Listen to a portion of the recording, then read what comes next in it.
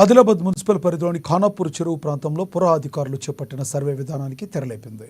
అక్రమణలను survey చేసేందుకు వెళ్లిన అధికారులు స్థానికుల నిరసనతో వెనుదిరగాల్సి వచ్చింది.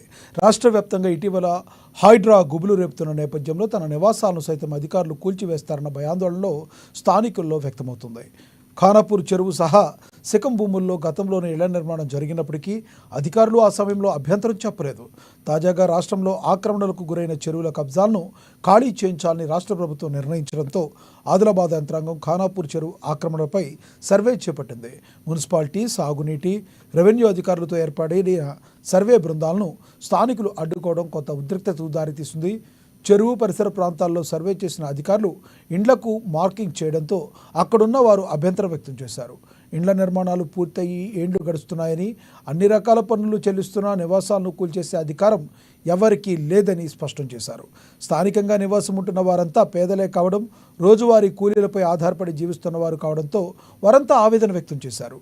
చివరికి చేసేదేమీ లేక సర్వే బృందాలు వెనక్కి తిరిగి వెళ్లాల్సి వచ్చింది. పాత కొత్త సర్వే చేసుకుంటే తప్పితే అట్లాంటిది ఏం లేదు అంటే లేదు. మేము ఏం ఆధారం మీరు ఎక్కడ దాక్కున్నది అక్కడ దాకా నీ పేరు మీద ఎందరు కొడుకు వాళ్ళు ఎక్కడ ఉంటారు? ఇళ్ళనే ఉంటారు. ఏం చేస్తున్నారు?